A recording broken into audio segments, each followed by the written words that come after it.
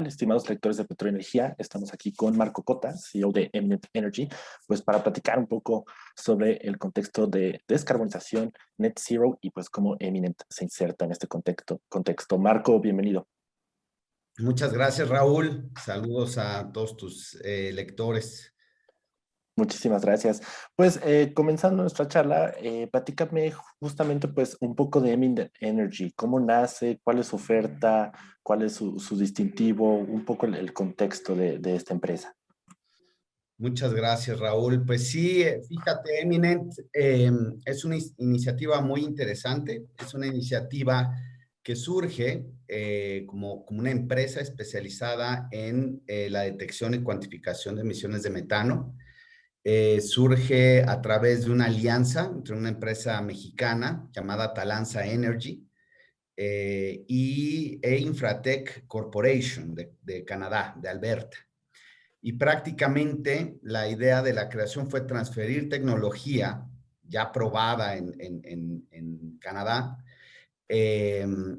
para detección y medición de emisiones de metano. Actualmente, esto surge a finales del año pasado y actualmente pues ya estamos atendiendo a varias empresas de toda la cadena de valor de hidrocarburos, upstream, midstream y downstream. Esa es principalmente la razón o cómo nació Eminent. Okay. Y sí, somos especialistas no solo en la medición y detección, sino también en el cumplimiento regulatorio de la CEA en materia de emisiones de metano. Excelente. Ahora, y justamente hablando del metano, que pues, bueno, es a lo que ustedes se dedican, cuéntame, ¿cómo ven ustedes a México en materia de emisiones de metano con respecto al entorno internacional? En 2016 hubo una cumbre de líderes de América del Norte, donde estaban el expresidente Barack Obama, el primer ministro Justin Trudeau y el expresidente Peña Nieto, y parte de los acuerdos de esta cumbre de líderes fue el combate conjunto a nivel regional de las emisiones de metano. Entonces, para finales de 2018, los tres países ya tenían una regulación publicada. Estados Unidos primero lo hizo en 2016 y luego México y Canadá hacia el último trimestre de 2018. Eso puso a México en la punta de lanza de la regulación de los gobiernos que estaban regulando las emisiones de metano para el sector petrolero. Entonces, México es un líder internacional junto con los otros dos países del TEMEC. Y bueno, pues en la Unión Europea, países en Latinoamérica, nosotros actualmente asesoramos a nuestro grupo asesor al gobierno de Colombia para la implementación de su regulación de emisiones de metano. México ha sido uno de los casos o de las referencias más importantes para regular esta actividad. Ese es prácticamente el rol de México, es ese. México ha estado batallando un poco para la implementación, digamos, para echar a andar esta regulación, pero digamos, por la regulación que sacó México en 2018 era una regulación que tenía también las mejores prácticas internacionales hasta ese momento que siguen vigentes. Entonces, México tiene un liderazgo muy claro. Ahora, en ese sentido, comprender por qué es importante el control de emisiones de metano del sector hidrocarburos. ¿Qué me puedes decir al respecto de, pues, un poco las afectaciones, por qué esta nueva tendencia hacia el net zero, por qué es importante comenzar a ver este panorama? Bueno, el tema nace prácticamente de la agenda internacional de combate al calentamiento global. El metano ha sido el responsable del 40% del calentamiento global desde la revolución industrial. O sea, es una de las principales fuentes de gases de efecto invernadero. Esto está hablando de metano en general, ¿no?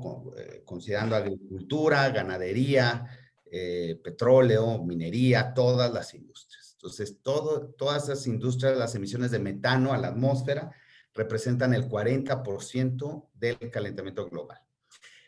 El metano, por otro lado, el metano tiene un efecto digamos, de gas efecto invernadero 84 veces más intenso que el del dióxido de carbono. Esto si se considera un periodo de 20 años. ¿Por qué se habla de un periodo de 20 años? Porque es, digamos, una molécula de metano tiene un ciclo de vida diferente al del dióxido de carbono. Esa es una de las principales ventajas, digamos, de enfocarse en metano en el corto plazo. Ahorita voy a hablar de eso. Pero bueno, en el tema petrolero, los combustibles fósiles representan el 36% de las emisiones de metano. Entonces, digamos, el calentamiento global y la participación de la industria petrolera dentro de estas emisiones de metano, pues hacen que muy claro y acotado el esfuerzo que se debería de hacer para corregir estos números, ¿no? Para tratar de combatir. Pero ¿por qué es atractivo? ¿Por qué no concentrarse en lugar del sector petrolero, en el sector de la agricultura? El sector agrícola es el mayor contribuyente de emisiones de metano a la atmósfera, pero el problema es que son, imagínate, campos gigantescos de arroz, por ejemplo, en Asia, ¿no? Claro. Que es una de las principales fuentes. Es muy difícil controlar, capturar ese metano, entubarlo y aprovecharlo. En el caso del petróleo es muy fácil. ¿Por qué? Pues porque la infraestructura está ahí. Lo único que se tiene que hacer es pues enfocarse en ciertos aspectos a lo largo, digamos, de la infraestructura del metano, desde la exploración y producción, desde donde están haciendo las pruebas de producción, donde hay venteos, ajá, donde hay más, si te vas moviendo hacia abajo, pues se van corrigiendo los venteos, empiezan a ser menos, pero las fugas empiezan a ser más. Entonces, las emisiones, que pueden ser o fugas o venteos, las tienes que controlar. Y en el sector petrolero, pues es muy fácil. Ahora, algo muy importante, ¿por qué se dice que el metano es, digamos, una oportunidad dorada para combatir el calentamiento global? Hace unos instantes hablaba de el impacto que tiene el metano de 84 veces el del dióxido de carbono en un periodo de 20 años. El gas metano está clasificado como un gas de vida corta, es decir, este gas en promedio vive en la atmósfera más o menos por un periodo de 12 años. Entonces, si nos enfocamos en el metano, uno puede reducir, digamos, el impacto sobre el calentamiento global en un par de décadas. Entonces, eso es algo que hace muy atractivo en la agenda de combate al calentamiento global. Se hace muy atractivo enfocarse en metano por esta vida corta, Claro. apenas 12 años, mientras que el dióxido de carbono puede durar siglos, el metano dura apenas 12 años. En un par de décadas podríamos tener resultados muy claros y contundentes. Además que muchas de las fugas de metano, las emisiones fugitivas, se pueden reparar, se pueden corregir con un retorno económico positivo. Es decir, no se trata solo de meter dinero, de invertir y no recuperar nada, ya que el metano lo puedes comercializar los pies cúbicos, el volumen de metano que dejes de ventear, lo puedes comercializar. Eso hace que parte de esas fugas, digamos, sean económicamente atractivas. De hecho, la Agencia Internacional de Energía estima que el 40% de todas las fugas a nivel mundial en petróleo se pueden corregir con un valor presente neto positivo, es decir, es un negocio hacerlo. Por Claro. cada peso que yo meto, recupero ese peso más un margen de utilidad. Entonces, es muy, muy importante que la industria petrolera se enfoque en estas emisiones de metano. Correcto. Pues sin duda atractivo. Ahora, pensando pues en esos beneficios, ¿cuál ves tú que son los retos que tiene la industria mexicana actualmente para justamente beneficiarse de esto? Eh, bueno, En la pues industria petrolera. sí. Ahí mencionabas en la pregunta anterior sobre el net zero, ¿no? El net zero lo que significa es, esto no solo aplica a petróleo y gas, aplica a toda la economía global y lo que está buscando el net zero es que todas las emisiones que tengan de gases efecto invernadero estén en equilibrio, es decir, no significa que yo no pueda emitir ya sea CO2 o metano. Yo puedo emitir cierto monto, digamos un monto X al año, siempre y cuando yo haga medidas que retiren de la atmósfera ese mismo monto X. Ajá. Entonces, digamos, X menos X Exacto. igual a cero. Ese es el net zero, ¿no? Y la idea del net zero es que ya no sigamos contribuyendo al incremento de emisiones de gas de efecto invernadero. Entonces, eso es algo súper importante porque esto está, digamos, en el corazón de toda la política global multilateral contra el cambio climático. Entonces, si uno voltea a ver lo que está haciendo Naciones Unidas, si uno voltea a ver lo que están haciendo, por ejemplo, empresas financieras, instituciones financieras, es muy interesante. Por ejemplo, el CEO de BlackRock, que es pues, uno de los fondos de infraestructura más importantes del planeta, si no es que el más importante, en su carta a inversionistas dijo claramente que no va a haber empresa que se escape a este balance del net zero. ¿En qué se traduce? Se traduce el sector financiero, ahora va a tener que todo el portafolio que tengo en nuestros fondos va a tener que estar balanceado para que sea una institución financiera alineada al net zero. Ajá. Entonces, todo lo que BlackRock le presta o de donde se financian las grandes petroleras, empresas nacionales como Pemex, ¿no?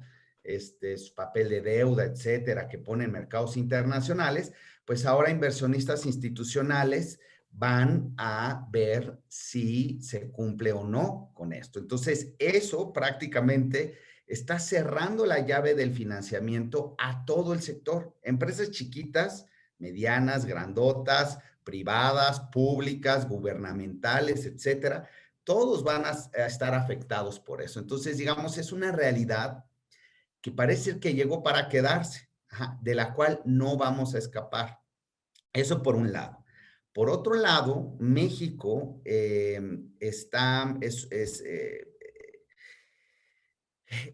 firmó los acuerdos de París, ajá, que tienen que ver justamente con el tema del cambio climático. Y ahora la COP 16 que viene, que se va a celebrar en Escocia a finales de este año, prácticamente lo que está haciendo es asegurarse de que los acuerdos de París se cumplan y para eso está poniendo el concepto de net zero en el centro.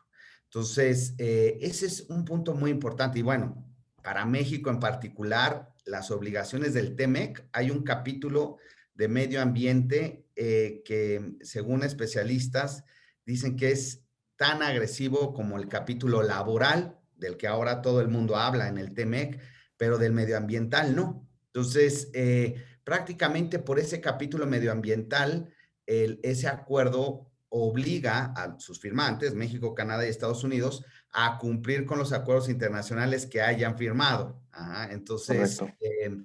digamos, hay una agenda internacional muy fuerte de organismos multilaterales, pero ahora ya el sector financiero se está metiendo hasta el fondo con esto. Entonces, las empresas que no empiecen a alinearse hacia el net zero no van a tener financiamiento. No se diga, el net zero, hay una metodología de tres, digamos, alcances, o la palabra en inglés es scope. El scope 1, el 2 y el 3, lo que te dice el 1 es el net zero, tus emisiones a nivel de tus procesos productivos, ¿ok? En el 2, lo que te dice es las emisiones de todos los insumos que tú tienes, por ejemplo, de las gasolinas que usas para mover tus flotillas de autos, ¿ok? Y el nivel 3 es el balance ya de tus productos terminados. Entonces, es una metodología que tiene que ver con todo, pero ¿qué impacto tiene? Bueno, pues si yo tengo una empresa petrolera y le quiero vender mi petróleo a alguien más que es net zero, no me lo va a No lo va a comprar aceptar, claro. si yo no soy net zero. Ajá. Entonces, digamos, un sistema como muy integral, muy, digamos, toda la estructura está bien consolidada para prácticamente ninguna empresa, a menos de que se aísle, ajá, Claro. del resto de la economía global, pues va a poder sobrevivir. Entonces, la parte internacional es muy importante. Ahora, tenemos un reto interno que ese es, yo creo que lo más importante. En 2016, cuando los tres presidentes de América del Norte deciden firmar estos acuerdos de la cumbre de líderes, eh, sacan su regulación. México era el único país que no tenía un sector de servicios especializado en emisiones de metano. Canadá y Estados Unidos ya tenían un sector de empresas, muchas empresas de servicios que utilizaban tecnologías satelitales, de optical gas imaging, que es a través de video, que es lo que nosotros estamos usando ahora en México, y con tecnología láser, mucha investigación, mucha actividad. Nuestro socio canadiense nos dice, no, pues es que en Canadá, pues sí, la regulación llegó en 2018, pero hace 15 años la industria aplica esto como una mejor práctica. Sí. Tema de sus cámaras petroleras, ¿no? Es como si aquí la Mexi dijera, ahora la Mexi va a seguir estos criterios, estos estándares. Entonces, cuando ellos sacan su regulación, para ellos es más fácil cumplir porque hay una red de empresas que empieza a ofrecer esos servicios. En México no. En México, Pemex nunca demandó estos servicios. Entonces, no hay empresas. Y actualmente, la CEA, bueno, todos sabemos que la CEA, para asegurar el cumplimiento regulatorio, se apoya de esta figura de terceros autorizados, que son entes previamente certificados por la CEA, que revisan que los regulados entiendan y cumplan la regulación a cabalidad. Eso requiere expertos. Bueno, desde diciembre de 2018 está publicada la regulación. La convocatoria salió varios meses después de terceros, pero hasta la fecha no hay un solo tercero. ¿Qué es lo que está pasando? Que muchas empresas no saben qué cumplir. Es más, están Claro. paralizadas, ¿no? Es lo que nosotros hemos llamado que el cumplimiento de la regulación de emisiones de metano se encuentra en un impasse. Y este impasse nace de cuando México en 2018, bueno, en 2016 firma este compromiso, emite una regulación a nivel de Estados Unidos y Canadá, que ellos sí tienen este sector servicios, pero México no. Entonces, México lo que tiene que hacer es crear este sector servicios. Necesita crear toda la cadena de procuraduría, perdón, de proveeduría de servicios de tecnología, porque cuando uno estudia el tema de las emisiones de metano, pues hay un portafolio muy grande de tecnologías. Ajá, entonces, esas son las tecnologías que ya existen en otro lugar y traerlas a México es algo muy sencillo, es buscar quién es la empresa adecuada. Afortunadamente, Canadá, Estados Unidos, México tienen un marco comercial común. Entonces, no es difícil traer tecnología al país. Lo que se necesita es tratar de juntar a los que transfieren la tecnología con los que necesitan la tecnología y generar espacio. Yo creo que ahí la Secretaría de Economía y la Secretaría de Energía y además la ASEA tienen un buen espacio para empezar a crear estos foros o mesas de networking, de discusión, donde se puedan evaluar las tecnologías y se generen estas alianzas comerciales. Yo creo que ese es ahorita lo más importante, trabajar para que México empiece a generar empresas que traigan esta tecnología y que puedan dar estos servicios a nivel local. No se va a dar. Ahorita nosotros lo que estamos viendo es que varios clústeres de estos de regionales de empresas de servicios dicen, no, pues es que yo no sé nada de eso. Pues eso no lo tengo en mi catálogo, ¿no?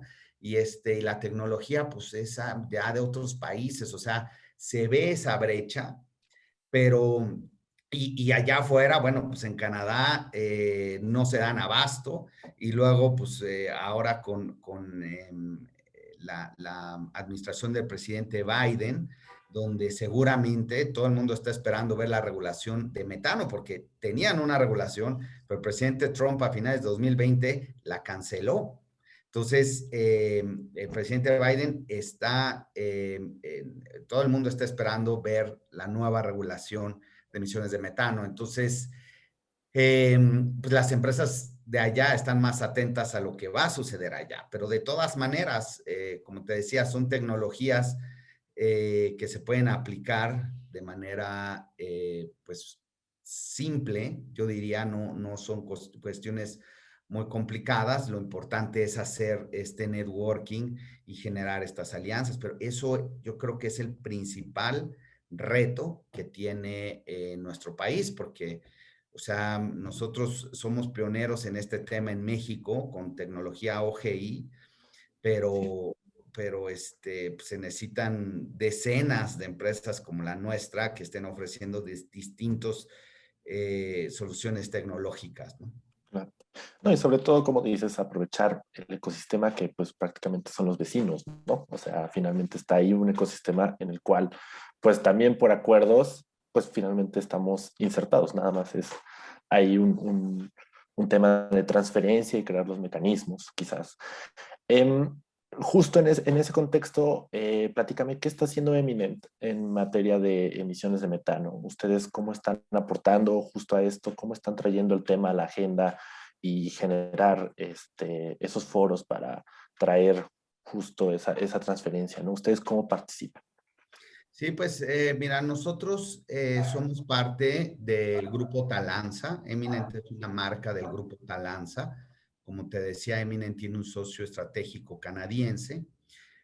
Y por un lado, nosotros estamos ofreciendo los servicios a las empresas para hacer una gestión integral de sus emisiones. Con tecnología OGI, es exactamente la que pide la CEA, la que pide Canadá, es una tecnología de punta. Eh, y eso es lo que estamos haciendo, digamos, del lado de servicios. Ahora, en Grupo Talanza, tenemos otra empresa que es Talanza Energy. Y en Talanza Energy lo que hemos estado haciendo es, tenemos una publicación mensual, que son nuestros one pagers, que son muy socorridos y nos ubica todo el mundo por esa publicación. Es una publicación que tenemos en nuestro sitio en línea y que también entregamos ya una lista de distribución de más de 1,000 contactos en el sector. A través de esta publicación, yo te podría decir que desde noviembre, diciembre a la fecha, o sea, hace 6 meses hemos sacado al menos unas 3 o 4 publicaciones que tienen que ver con esto. Por un lado, la importancia de salir del impasse y el tema de los terceros, el tema de la transferencia tecnológica, ese fue nuestro último one pager. Eh, y estamos tratando de detonar esta discusión. Presentamos a la CEA, les fuimos a presentar nuestro proyecto de Eminem, nuestros primeros clientes, las evidencias, usamos esta tecnología con video que detecta el metano y lo cuantifica. Es una maravilla. Entonces les mostramos los videos, les dijimos lo que pensábamos y nos recibieron muy bien en la CEA, incluso nos dijeron es que necesitamos empresas como las de ustedes y ahora estamos viendo que tener una empresa en Grupo Talanza que pudiera participar justamente como un tercero autorizado. La barra es muy elevada, pero Claro. creemos que la cumplimos. Digo, es tan elevada que no hay terceros hasta ahorita. Me parece que es la única convocatoria que se ha mantenido desierta de todas las que ha sacado la CEA para terceros, porque para cada regulación saca una convocatoria de terceros y siempre hay buena afluencia. Entonces, queremos participar en esto, tenemos que ser muy cuidadosos en el conflicto de interés, porque tenemos una empresa que provee el servicio desde la detección, la documentación del cumplimiento regulatorio, que es el famoso PP100, que es un plan a 6 años para prevenir y controlar de manera integral las emisiones de metano. Entonces, tú tienes que hacer una medición en el año base y proponer una estrategia para alcanzar, para ir disminuyendo, ¿no? Eso, estamos asesorando a eso en nuestros clientes están muy contentos, porque cuando llegaron con nosotros, pues no sabían que no había mucho desconocimiento, fueron con las mismas empresas de siempre que se dedican a los temas de seguridad industrial y protección del medio ambiente, y nadie, cuando llegaron con nosotros, me dijo, son los primeros que parece que entienden esto y los queremos contratar. Y estamos muy contentos en lo que estamos haciendo. Como te decía, estamos empezando, llevamos un par de meses en esto, bueno, desde febrero empezamos con nuestras primeras inspecciones y estamos muy contentos. Nosotros lo que queremos es detonar este debate público. Hemos participado en foros nacionales e internacionales, como te decía, Talanza es asesor ahora desde el año pasado, asesoramos al gobierno de Colombia. Yo en particular, me contrataron a mí como asesor para diseñar la regulación y después el gobierno de Colombia nos contrató para acompañarlos en el arranque de su regulación. Y en eso estamos ahora apoyándolos. Entonces estamos viendo con un alcance más amplio también ofrecer estos servicios, llevar soluciones a Latinoamérica. Nuestros hermanos latinoamericanos están preocupados por el tema de, no, pues es que no queremos que sean empresas extranjeras, quisiéramos que fueran empresas locales. Bueno, esta es una muy buena oportunidad para generar esas, como te decía hace rato, esas cadenas de proveeduría local, donde pues sí, pues pueden ser universidades las que participen como entes certificadores. Es un tema muy bonito porque o sea, la regulación normalmente te pide que detectes y cuantifiques emisiones a nivel de la fuente, o sea, tienes que estar pegado a los equipos, ¿no? Porque son componentes, son válvulas, empaques, es mucho detalle. Pero también hay medición, le llaman top-down, que es, digamos, a nivel de sitio, pero pues lo estás viendo desde el cielo, ¿no? Ok. O desde el espacio. O sea, puedes usar drones, puedes usar Cierto. helicópteros, aeronaves o satélites. Entonces, por ejemplo, el Environmental Defense Fund tiene este proyecto llamado MethaneSat. Va a sacar un satélite especializado en metano para hacer medición más precisa de esta de top-down. No es muy disruptivo lo que está haciendo EDF, porque ya hay desde hace varios años GHGSat, que es canadiense, y en Europa hay muchos proyectos donde ponen satélites para ver justamente las emisiones de gases de efecto invernadero, pero tienen limitaciones. ¿Por qué? Porque pues cuando está nublado, pues no puedes ver, porque no puedes detectar así un detalle granular dónde están las emisiones. Entonces, este nuevo proyecto de EDF se perfila a ser uno que ponga, digamos, la vara más alta en cuanto a mediciones satelitales, pero es muy interesante el sector. Entonces, se presta mucho para que universidades participen, ¿no? Estar analizando información satelital. Eso, la detección top-down te permite encontrar los superemisores, que le llaman, ¿no? Son las grandes fugas. Piensa de manera de Pareto, ¿no? Un 80-20. El 20% de las fugas que te dan el 80% de las emisiones. Eso es difícil que lo detectes a nivel de sitio, ¿no? Porque tienes Claro, que ir con tu camarita, equipo por equipo, y de aquí a que llegas, pues ya te aventaste el 80% de las fugas, ¿no? claro, Entonces, pero con un satélite, los detectas sí, muy una, rápido. Ah, una sola pero foto. pues, sí, esa es la Claro, idea. Exxon tiene iniciativas muy bonitas donde conjuntan pues aeronaves, satélite, toda esta parte top-down, detectan superemisores y luego va una cuadrilla ya con tecnología para hacer detección a nivel de la fuente de emisión, ¿no?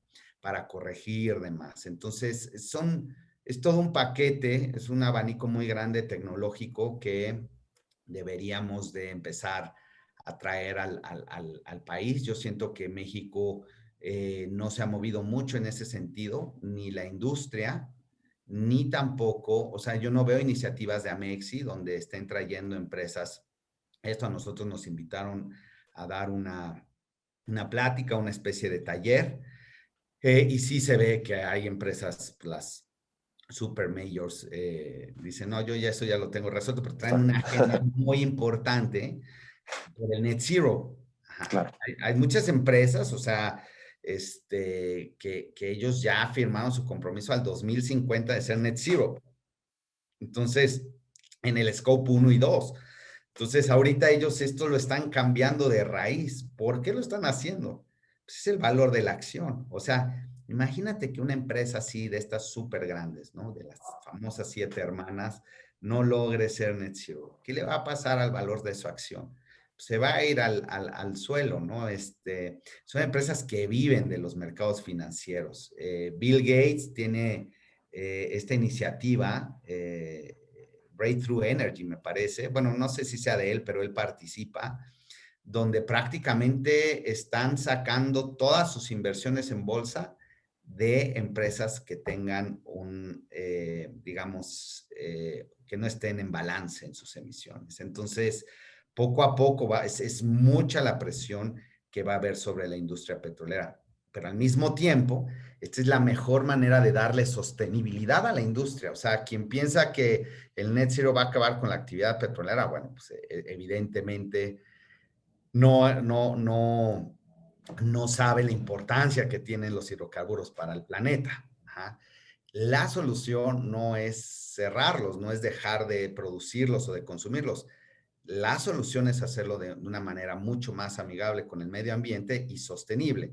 Y parece ser que sí se puede. O sea, lo que mucha gente piensa que es como una contradicción, ¿no? ¿Cómo la industria de petróleo y gas puede ser net zero? O sea, eso es claro. una aberración. Pues no, pues bueno, parece ser que empezando por metano, pues se puede. Luego hay que combatir el CO2, pero como te decía, el metano tiene muchas ventajas en el corto plazo porque es un gas de vida corta. Entonces, tú resuelves eso y en un par de décadas vas a tener mucho descanso para el tema del calentamiento global. Mientras que el CO2, como te decía, las moléculas de CO2 pueden subsistir por siglos, ¿no? Incluso más de un milenio, pues, o sea, es así, así viven, pero el metano no, el metano se degrada y en 12 años para, entonces deja de emitir ahora y en un par de décadas todo lo que tienes ahorita de metano, que es 84 veces más potente en un evaluado en 20 años, ya no lo vas a tener, ¿no? Y seguirás a la par, de manera paralela, necesitas ir haciendo también temas sobre el CO2, pero es muy importante que la industria empiece a adoptar estas prácticas y para ello sí se necesita que al país llegue mucha más, digamos que haya más transferencia tecnológica y que las empresas de servicios pues empiecen a ofrecer estas tecnologías a la industria petrolera. Pues sin duda ahí sería un gran cierre. De igual manera, si quisieras agregar algún otro mensaje, pero pues como dices, al final del día son ecosistemas que ya existen, aprovecharnos de un mercado global ayuda a justamente insertarnos no solo como competidores, sino como aliados de este movimiento y pues entender que la tendencia está aquí, ¿no? Está aquí para quedarse, solo es cuestión de crear los mecanismos, los foros, las conversaciones y pues las mesas de trabajo adecuadas para pues conseguir las metas que también ya están firmadas, ¿no? Entonces, en ese sentido, ¿algún mensaje final o llamado que quisieras agregar? Sí, pues nosotros tenemos una preocupación en cuanto a lo que está sucediendo ahora en México, porque los plazos para el cumplimiento de esta regulación, pues ya se siguen aplazando, ¿no? Se siguen retrasando y todavía hay mucho desconocimiento del lado de los regulados, que son prácticamente todos aquellos operadores con contratos o bien permisionarios de midstream, de downstream. Eh, Hay mucha incertidumbre sobre qué se tiene que hacer. Y por lo mismo se están buscando soluciones muy inmediatas, nada más con la idea de cumplir, ¿no? Dice, no, a ver, yo no necesito esto, a mí háganmelo a la antigüita, que prácticamente es, yo busco unas tablas con factores, ¿no? Entonces digo, bueno, tengo tantos compresores, tantos controladores, tantos kilómetros de ducto, tantos pozos, y entonces esas tablitas me dice cuánto estoy emitiendo, cuántas fugas tengo.